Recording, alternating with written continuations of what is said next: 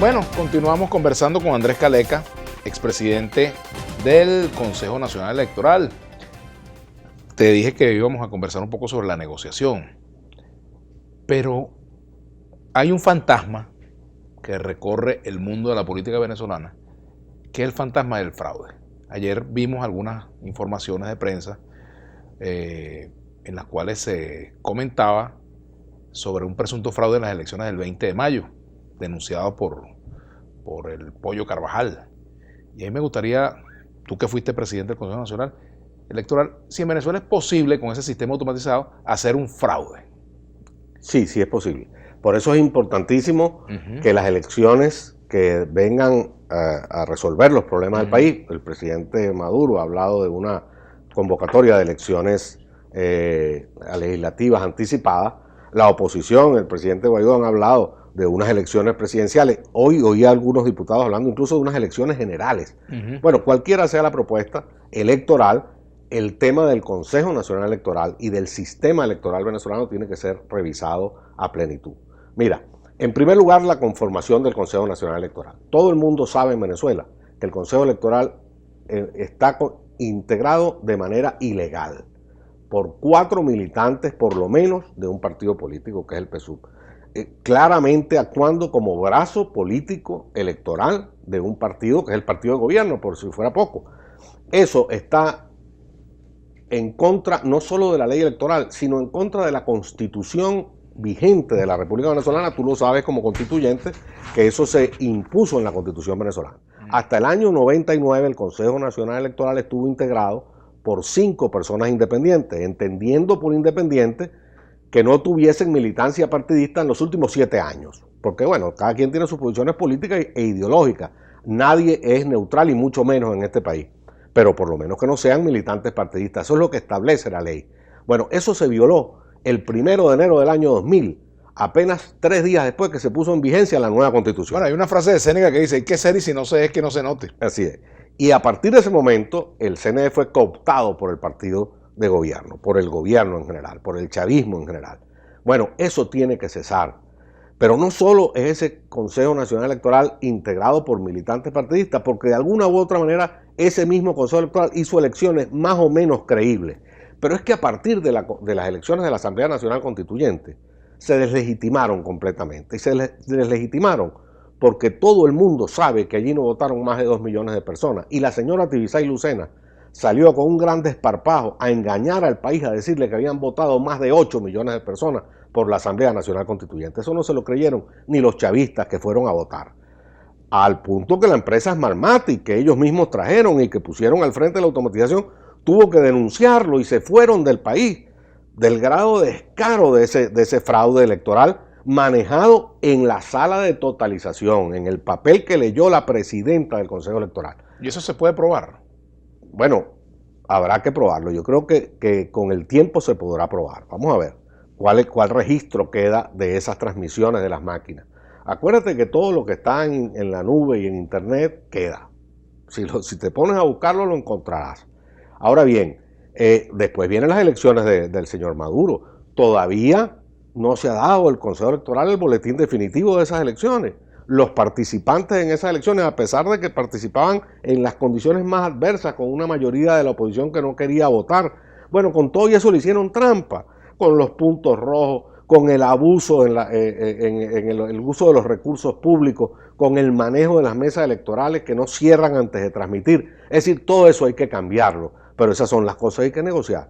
¿Cómo podemos nosotros hacer una elección rápidamente en Venezuela en el mínimo de condiciones posibles? Yo he venido insistiendo y lo propongo, una vez más aprovecho este espacio, Vladimir, gracias, para proponerlo. Venezuela requiere la redacción de un estatuto electoral especial si queremos salir de la crisis rápidamente. Sustituir temporalmente la ley de procesos electorales, porque es una ley concebida para la democracia normal, para los tiempos normales de la democracia.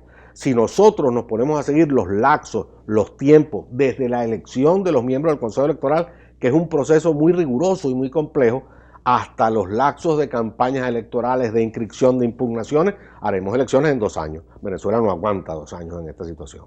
Si nosotros queremos hacer unas elecciones rápidamente, tenemos que ponernos de acuerdo. Eso sí, todos, No vale aquí repetir lo que hizo el señor Maduro el 20 de mayo, pero del signo contrario. Aquí tenemos que ponernos de acuerdo las dos fuerzas y ahí es donde viene a hablarse de nuevo de la importancia de una negociación seria, políticamente seria, que llegue a conclusiones concretas. Por ejemplo, un estatuto electoral que nos permita, bueno, yo propongo, lo he propuesto, mira, una opción puede ser, se ha visto que la comunidad internacional asuma el control de las elecciones. Yo creo que no hace falta en Venezuela eso. En Venezuela hay suficientes técnicos electorales como para garantizar un proceso confiable. Pero se puede designar un CNE con 2 representantes del gobierno, con 2 representantes de la oposición y un quinto que lo presidiría independiente y que fuese el fiel de la balanza. Ahora, también podría haber 5 venezolanos independientes que pudieran nacer... pudiera de consenso. Porque antes, fíjate, el viejo Consejo Supremo Electoral tenían los representantes de los partidos eran colocados de acuerdo a la votación que cada partido obtenía. O sea, tenían que pasar el 3% de los votos, ¿no? Así es. Y después tenían un presidente independiente que se ponían de acuerdo todos. Bueno, hay muchas fórmulas. Pero mira, la tarea es titánica. Hay que auditar el registro electoral. Posiblemente ese registro electoral habría que dinamitarlo y empezar de cero. Pero si queremos salir del tema... Pues la gente empieza a ponerle escollos y piedras al proceso, ¿no? Dicen, no, con ese registro electoral no se puede votar. CNE, no. Hay que empezar de cero el registro electoral. Bueno, entonces no haremos elecciones nunca. Sí, bueno, lo perfecto termina siendo enemigo de lo bueno, ¿no? Sí. Entonces, bueno, pero nosotros hay capacidad estadística. Pero fíjate tú, pero más allá, Andrés, que tú que fuiste presidente del CNE y conoces bien esa estructura por dentro, más allá de la directiva del CNE, que por supuesto es importante porque son los que indican los tiempos y las decisiones más importantes de los procesos, todo eso, más allá de la estructura directiva del CNE, de aguas abajo. La burocracia. ¿Cómo es eso aguas abajo en cuanto a...? Eso hay que revisarlo completo. Las juntas electorales regionales, las juntas electorales municipales. También hay que ver un punto. ¿Cuál será el acuerdo electoral al que se llegue? Porque si lo que se plantea es la elección de un presidente de la República, acuérdate que esa es una circunscripción única. Claro. O sea, sencillamente con modificar la directiva del Consejo Electoral, tú tienes el control del proceso.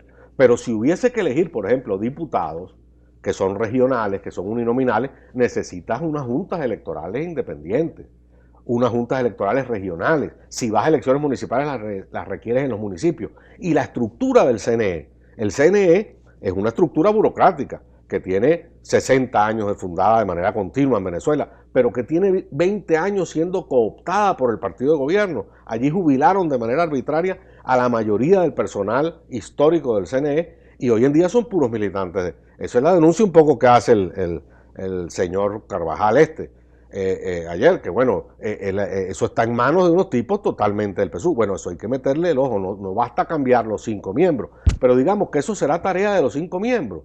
Nosotros no podemos hacer esa tarea hasta que la señora Lucena no sea sustituida. Ese es el gran acuerdo que tenemos que llegar. Luego habrá que hablar de la observación internacional. En Venezuela hay que hacer una observación internacional muy rigurosa para que unas elecciones sean creíbles, antes, durante y después del proceso electoral. Nos metimos por el tema electoral y ahí queda un tema y vamos al regreso a hablar de la votación, de la negociación, pero antes de ir allá, voto manual versus voto electrónico, voto automatizado. ¿El voto manual garantiza más transparencia que el voto automatizado? No. Nosotros optamos por el automatizado porque era más sólido que el manual. La verdad, a la gente se le olvida. No hay ninguna duda que el proceso automatizado es mucho más confiable. Ahora bien, lo que realmente quien hace la trampa, Vladimir, no es la máquina. La trampa la hace la gente, claro. La hace el ser humano. Allí es donde está el problema. Antes lo hacía. Si tú no tienes testigos, por supuesto. Claro, te la hacen.